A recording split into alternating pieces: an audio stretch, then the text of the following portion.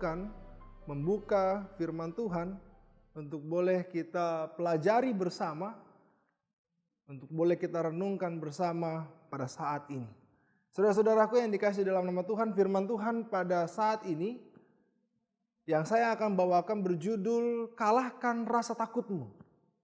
Saudaraku, hampir seluruh manusia yang normal di dunia ini memiliki rasa takut. Kenapa? Rasa takut adalah sebuah pertahanan dasar bagi setiap manusia ketika menghadapi sesuatu. Ini adalah sebuah respons dari hidup dari manusia itu sendiri ketika mengalami atau menghadapi sesuatu yang ia takuti untuk melindungi dirinya. Nah, saudara-saudara, rasa takut ini terkadang ada orang-orang yang tidak bisa mengontrol rasa takut sehingga ini menghantui pikirannya. Bapak Ibu Saudaraku yang dikasihi dalam nama Tuhan yang menyaksikan siaran ini.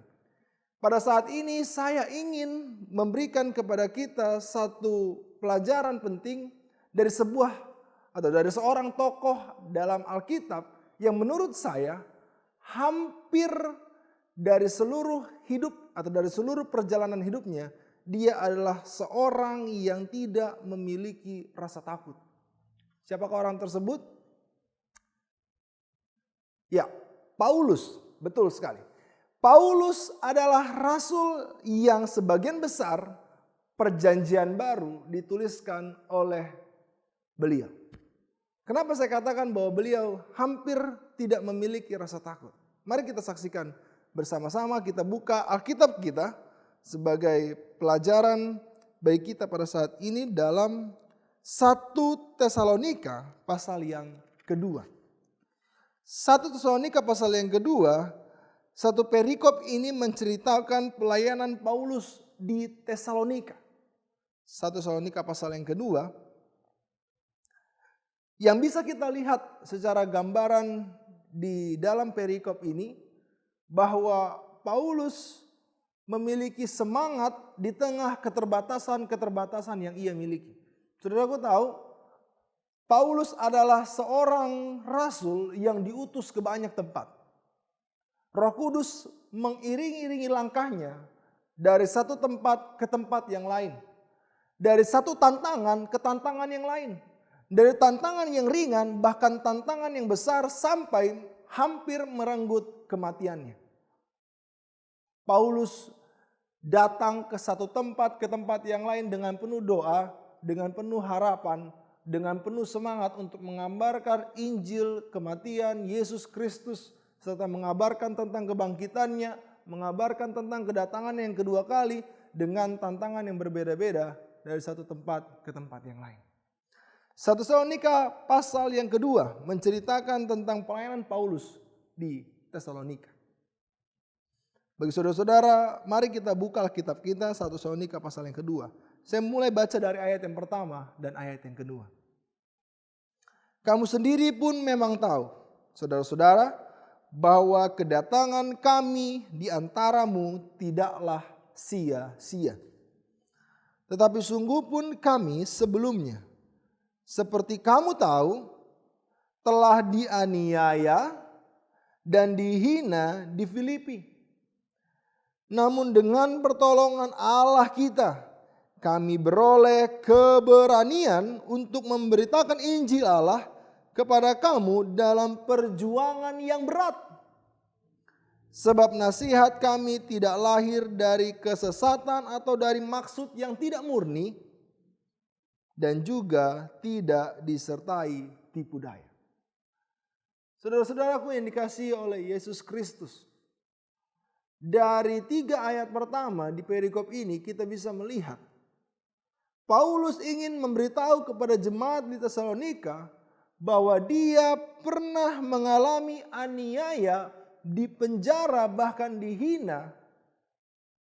Tetapi ini tidak mengendurkan keberaniannya sedikit pun. Kenapa? Ayat ini katakan karena kami atau karena Paulus beroleh keberanian untuk memberitakan Injil Allah, namun dengan pertolongan Allah kita. Seperti saya katakan sebelumnya saudara-saudara, Paulus ini penuh dengan keterbatasan. Kenapa? Tentu dari perjalanan ke satu tempat ke tempat yang lain tidak seperti sekarang saudara-saudara. Dari satu ke kota yang lain, bahkan kalau kita lihat di keadaan atau di zaman kita sekarang, banyak kendaraan yang bisa kita gunakan. Mobil, motor bagi saudara-saudara yang punya kendaraan bermotor, atau bisa lewat kereta, kapal, lewat jalur laut, atau bahkan pesawat dari jalur udara. Saudaraku, di zaman Paulus tidak ada yang demikian. Dia penuh dengan keterbatasan. Mungkin dia hanya menggunakan kakinya untuk melangkahkan dari satu tempat ke tempat yang lain, atau bahkan menggunakan unta. Tapi saudara-saudara, jarak yang cukup jauh dia harus lewati dengan penuh perjuangan, dengan penuh semangat, dengan penuh keberanian. Tetapi saudara-saudara, apa yang dia dapatkan ketika dia datang ke suatu tempat tidak sesuai dengan ekspektasi. Dia harus dihina, dipenjara, bahkan dianiaya. Dan ini yang ingin diceritakan saudara-saudara dari Paulus kepada jemaat Tesalonika. Saya penuh dengan keterbatasan, saya mengalami aniaya, saya mengalami hinaan, saya mengalami satu kejadian sehingga saya harus dipenjara oleh karena orang-orang yang tidak menyukai pekabaran ini. Tetapi saya tetap memiliki keberanian oleh pertolongan Allah. Saudara kan dikasih dalam nama Tuhan. Saya adalah seorang gembala pendeta muda dari Kuala Kurun. Kuala Kurun ini adalah satu tempat di Kalimantan Tengah sekitar 170 km dari ibu kota Palangkaraya. Satu kali saya punya pengalaman saudara-saudara, saya harus menghadapi satu pelajar Alkitab. Dia adalah penganut kepercayaan leluhur. Saudara tahu, beliau sangat dijaga baik-baik oleh orang tuanya. Beliau tidak diperkenankan untuk memiliki kepercayaan kepada Yesus Kristus. Beliau sangat-sangat dilindungi oleh roh-roh yang dia percayai itulah dari nenek moyangnya. Saudaraku, dengan penuh doa, tentu saya sebagai manusia memiliki rasa takut. Tuhan, tolong lindungi dan memberikan kepada saya kekuatan. Saya yakin dan percaya orang ini perlu keselamatan. Saya yakin orang ini pun harus masuk surga. Saudaraku, di tengah keterbatasan saya, di tengah pengalaman saya yang mungkin tidak begitu panjang, di tengah pengalaman saya dalam menghadapi orang-orang yang memiliki kepercayaan leluhur, bahkan dewa-dewa dan lain sebagainya, saya memiliki kekhawatiran. Tetapi Bapak Ibu Saudaraku yang dikasih dalam nama Tuhan, Tuhan menolong saya. Saudara tahu, beliau akhirnya dalam sebuah KKR dibaptiskan. Tetapi sebelum ia dibaptiskan, dia katakan kepada saya, pendeta, saya selama ini memegang sebuah jimat. Dan itu selalu saya taruh di dalam celana saya. Dan saudara tahu, dia tunjukkan itu kepada saya di dalam satu plastik kecil.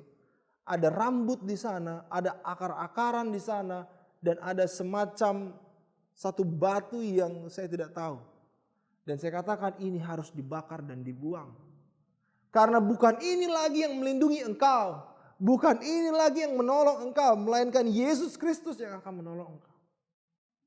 Saudaraku, dengan pertolongan Tuhan, apapun tantangan yang kita miliki, baik dalam pelayanan ataupun dalam kehidupan saudara-saudara sehari-hari yang saudara-saudara takuti, bahkan yang saudara-saudara rasa saya tidak sanggup untuk hadapi ini. Ini pun yang dialami oleh Rasul Paulus.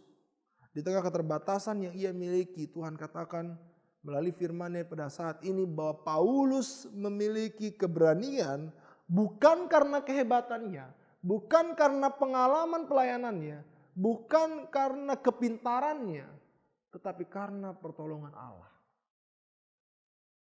Bapak Ibu Saudaraku yang dikasih dalam nama Tuhan, pengalaman yang lain, saya pernah berhadapan dengan satu orang yang kerasukan roh. Istri saya waktu itu sedang mengandung 5 bulan kalau tidak salah. Saya harus menghadapi kasus seperti ini 2 kali di masa mengandungnya istri saya. Saya waktu itu di rumah dengan istri saya berdua. Istri saya sedang mengandung. Saya ditelepon pendeta, ada seorang yang sedang kerasukan. Saya berdoa dalam hati saya, Tuhan, saya tidak pernah selama saya kuliah diajarkan untuk mengusir roh jahat. Saya tidak pernah punya pengalaman untuk menghadapi orang-orang yang kerasukan. Saya waktu itu masih sangat muda, pelayanan saya masih sangat-sangat baru. Di jam-jam 10, jam 11 malam saya harus keluar meninggalkan istri saya yang sedang mengandung untuk menghadapi orang yang kerasukan roh jahat. Saya punya rasa takut. Tetapi Tuhan, saya meminta pertolongan daripada Tuhan. Tuhan tolong bantu saya. Sebagaimana Engkau mengusir roh-roh jahat, biarlah kuasa itu pun menjadi milik hamba-Mu. Saudaraku, banyak kekhawatiran yang kita miliki.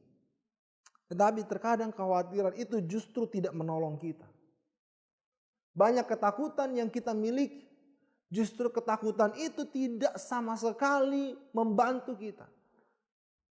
Bahkan bisa saya katakan saudara-saudara, kalau kita memiliki rasa takut dan kekhawatiran, itu justru menghambat langkah kaki kita ke depan. Belajar untuk berdoa itu yang saya alami. Dan ini yang saya ingin kita lihat dari Rasul Paulus. Saudaraku, dia adalah seorang rasul yang semakin lama bukan semakin tambah muda, tetapi tambah tua. Tetapi semakin tua dia, tidak sama sekali mengendurkan rasa takutnya. Melainkan ia memiliki keberanian. Bapak Ibu Saudaraku yang dikasih dalam nama Tuhan, saya punya satu pemahaman ketika saya belajar tentang Rasul Paulus. Saya bisa katakan saudaraku, tidak ada yang bisa menghentikan Rasul Paulus dalam penginjilan pelayanannya kecuali kematian. Dia pernah mengalami sakit, aniaya, penjara, bahkan dihadapkan kepada pengadilan. Tetapi itu sama sekali tidak menghentikan semangat dalam pelayanannya. Yang menghentikan dia dalam pelayanannya adalah hanya kematian. Tidak ada yang lain. Kalau dia belum mati, tidak akan berhenti dia dalam melayani.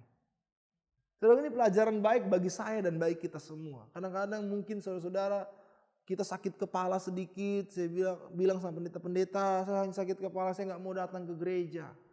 Atau pendeta, gigi saya sakit, saya nggak bisa datang ke gereja. Pendeta, hanya masalah-masalah kecil. Oh, pendeta, hujan, saya nggak bisa datang ke gereja. Saudaraku, apa hambatan saudara yang saudara takutkan? Bahkan mungkin kalau kita bandingkan dengan Paulus, itu hanya seujung jari, saudara. Tapi itu menghambat kita untuk datang kepada Tuhan. Itu menghambat kita untuk melangkahkan kaki kita ke gereja. Saudaraku, satu pelajaran penting dari Paulus adalah tidak ada satu hal pun yang dapat memberhentikan Paulus kecuali apa? Kecuali kematian. Filipi 1:21 katakan bahwa bagiku hidup adalah Kristus dan mati adalah apa? Mati adalah keuntungan. Itu yang Paulus katakan. Kematian adalah keuntungan. Kenapa? Karena baginya selama ia hidup, ia telah hidup bagi Kristus. Sehingga dia telah meyakini kalaupun saya mati, Tuhan, maka mati ini adalah mati dalam keuntungan. Karena selama hidup saya sudah serahkan kepada Kristus. Di ayat lain katakan, saya tidak sama sekali memperdulikan nyawaku. Paulus katakan, saya tidak peduli nyawa saya. Seberapa besar saudaraku cinta kita kepada Tuhan. Sehingga mungkin karena ketakutan kita menghalangi kita untuk datang kepada Tuhan. Saya bisa katakan, saudara-saudara, saya sebagai hamba Tuhan, banyak yang saya pelajari dari kisah ini untuk memberikan kepada saya keberanian, motivasi, semangat untuk dalam pelayanan di tengah keterbatasan saya, sama seperti keterbatasan yang dimiliki oleh Paulus. Ayat berikutnya saudara-saudara dalam 1 Tesalonika pasal yang kedua dari ayat yang keempat dikatakan di sini, sebaliknya karena Allah telah menganggap kami layak untuk mempercayakan Injil kepada kami, karena itulah kami berbicara bukan untuk menyukakan manusia, melainkan untuk menyukakan Allah yang menguji hati kita. Karena kami tidak pernah bermulut manis. Hal itu kamu ketahui dan tidak pernah mempunyai maksud loba yang tersembunyi. Allah adalah saksi. Ayat 6. Juga tidak pernah kami mencari pujian dari manusia, baik dari kamu maupun dari orang-orang lain. Sekalipun kami dapat berbuat demikian sebagai rasul-rasul Kristus. Saya bisa katakan salah satu motivasi Paulus sehingga ia memiliki keberanian yang sangat besar. Sehingga ia tidak memiliki rasa takut dalam pelayanannya. Karena motivasinya benar. Dikatakan saya tidak mencari pujian manusia. Saya tidak mau menyenangkan manusia. Saya tidak mau bermulut manis. Tetapi yang saya cari adalah pujian dari Allah. Saya hanya mau menyenangkan Tuhan. Terkadang kita dihadapkan dalam satu masalah yang membuat kita memilih untuk berdiri di pihak mana. Karena saya mau menyenangkan hati manusia. Sehingga itu membuat kita tidak netral. Ya, dalam pengembalaan atau dalam hal apapun itu bisa terjadi.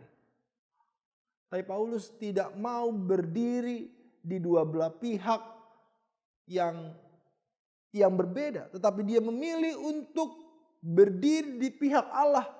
Dia ingin menyenangkan hati Tuhan. Saudaraku, motivasi apa yang saudara miliki untuk mengikut Tuhan, dalam mengikut Tuhan? Siapa yang saudara mau senangkan? Ketika saudara mengikut Tuhan, ketika saudara gereja, apakah karena saudara ingin menyenangkan orang tua, ingin menyenangkan pasangan hidup, atau ingin datang ke gereja karena saya ketua jemaat, karena saya diakon, karena saya majelis jemaat? Saudaraku, dalam mengikut Tuhan dalam pelayanan ini, satu motivasi yang Paulus ingin ajarkan kepada kita adalah tetap berusaha untuk menyenangkan hati Tuhan. Jangan kita berusaha untuk menyenangkan hati manusia. Kenapa, saudara-saudara? Karena banyak pemikiran manusia, banyak yang harus kita senangkan. Ketika saudara menyenangkan hati si A, belum tentu si B senang. Ketika saudara menyenangkan hati si B, belum tentu si C senang. Oleh karena itu dalam hidup ini, kenapa Paulus memiliki keberanian yang luar biasa? Karena dia hanya ingin menyenangkan hati Allah. Karena dia yakin, saudara-saudara, bagi saya ketika saya menyenangkan hati Allah, ada upah yang Tuhan sediakan bagi saya. Paulus katakan, saya tidak pernah bermulut manis. Karena kadang-kadang ketika saya bermulut manis, bahkan seringkali kata-kata manis saya bahkan membinasakan orang lain. Saudaraku, Paulus katakan, marilah kita menyenangkan hati Allah. Jangan kita mencari pujian dari manusia. Tetap teguh dan katakan kepada Tuhan, Tuhan berikan saya pertolongan, kekuatan untuk mengalahkan rasa takut saya. Karena saya mau menyenangkan hati Tuhan. Ini yang disebut dengan integritas. Integritas adalah ketika kita melakukan kebenaran atau melakukan sesuatu yang benar ketika bahkan tidak ada seorang pun yang melihat kita. Kenapa? Karena kita menyadari bahwa Tuhan melihat kita. Ini yang dialami oleh Yusuf. ketika dihadapkan dalam pencobaan di rumah Potifar ketika istrinya menggodanya. Dikatakan Yusuf bahwa mungkinkah saya melakukan dosa sebesar ini di hadapan Allah? Kenapa? Walaupun pada saat itu tidak ada yang melihat kejadian itu, hanya Yusuf dan istri Potifar. Tetapi Yusuf meyakini bahwa di hadapan Allah, Allah menyaksikan semua apa yang kita lakukan. Sehingga ketika Yusuf melakukan ini, tentu dia meyakini bahwa Tuhan tidak akan senang. Sehingga yang dia cari adalah pujian dari Allah untuk menyenangkan hati Allah. Saudaraku, bagaimana kita mengalahkan rasa takut kita, khusus dalam pelayanan? Kita harus menanamkan dalam diri kita motivasi yang benar untuk menyenangkan hati Allah, bukan menyenangkan hati manusia.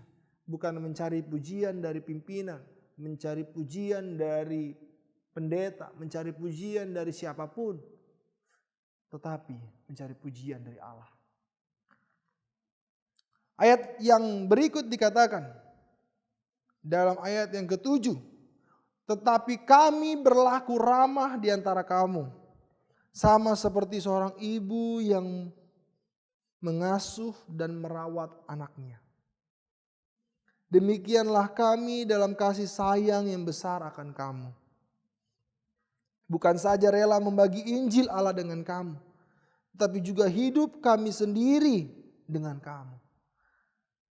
Karena kamu telah kami kasihi, sebab kamu masih ingat saudara-saudara akan usaha dan jerih lelah kami, sementara kami bekerja siang malam, supaya jangan menjadi beban bagi siapapun juga di antara kamu.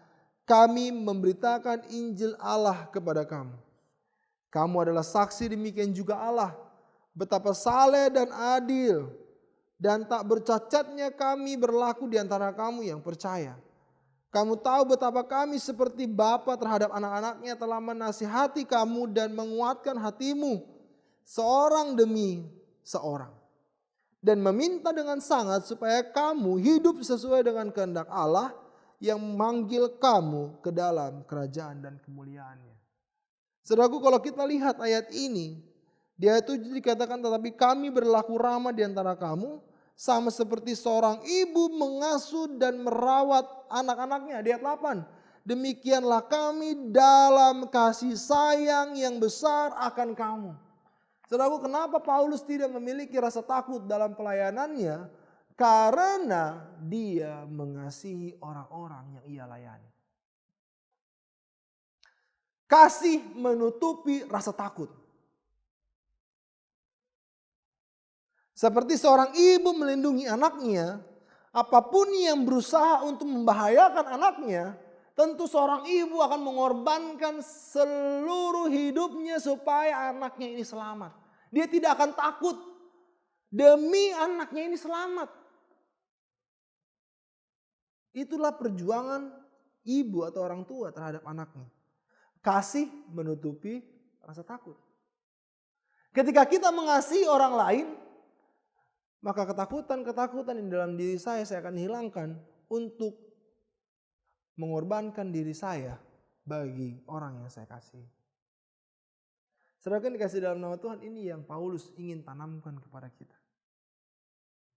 Dalam pelayanan, dalam pekerjaan Tuhan, jangan pernah ada rasa takut. Kenapa? Sebagaimana Kristus telah mengasihi saya, maka pelayanan ini saya ingin berikan kepada orang-orang di sekitar saya dengan kasih sayang yang besar. Di tengah keterbatasan yang saya miliki, di tengah ketakutan-ketakutan yang saya miliki, saya yakin ketika saya mempunyai kasih kepada orang, itu menutup semua rasa takut saya. Saudaraku yang dikasih dalam nama Tuhan, siapapun di antara kita yang menyaksikan siaran ini, ketika kita mencari pujian dari Allah, ketika kita punya kasih sayang kepada orang-orang, ketika kita berhadapan dengan anak saya atau anak kita semua, saya berkata dalam hati saya atau saudara kita semua berkata dalam hati kita bahwa saya mau anak saya selamat. Ketika kita berhadapan dengan anggota jemaat orang-orang yang ada di jemaat kita, ketika kita melihat dia, katakan dalam hati, saya mau dia selamat. Ketika saudara berhadapan dengan pendeta, saudara berkhotbah di depan, katakan dalam hati kita, saya mau pendeta saya selamat. Marilah kita memiliki kasih sayang yang besar. Mari kita memiliki kasih sayang yang besar untuk mengalahkan rasa takut kita. Saya sebagai hamba Tuhan mengajak kita semua, kalahkan rasa takutmu.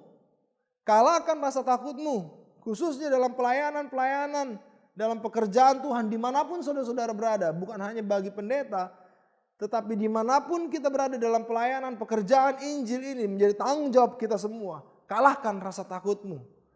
Tetap teguh sama seperti Paulus dalam pelayanannya.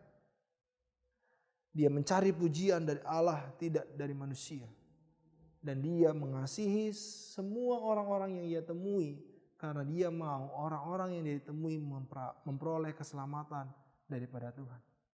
Dengan pertolongan Allah, bukan dengan kekuatan kita, melainkan dengan pertolongan dan kekuatan yang berasal daripada Tuhan, maka kita akan memperoleh keberanian untuk mengabarkan Injil keselamatan ini kepada orang-orang di sekitar kita. Inilah firman Tuhan pada saat ini yang bisa saya bagikan saudara-saudara. Mari kita sama-sama berdoa untuk meminta pertolongan Tuhan memberikan kekuatan kepada kita semua. Mari kita berdoa. Ya Tuhan Allah Bapa kami di sorga, kami sebagai manusia sangat memiliki banyak keterbatasan. Kami sebagai manusia memiliki rasa takut yang cukup besar, memiliki kekhawatiran dalam kehidupan kami. Tetapi Tuhan, kami yakin sebagaimana Engkau menolong Paulus, sebagaimana Engkau memberikan keberanian kepada Paulus, kami percaya pertolongan Tuhan dan keberanian yang Tuhan berikan akan menjadi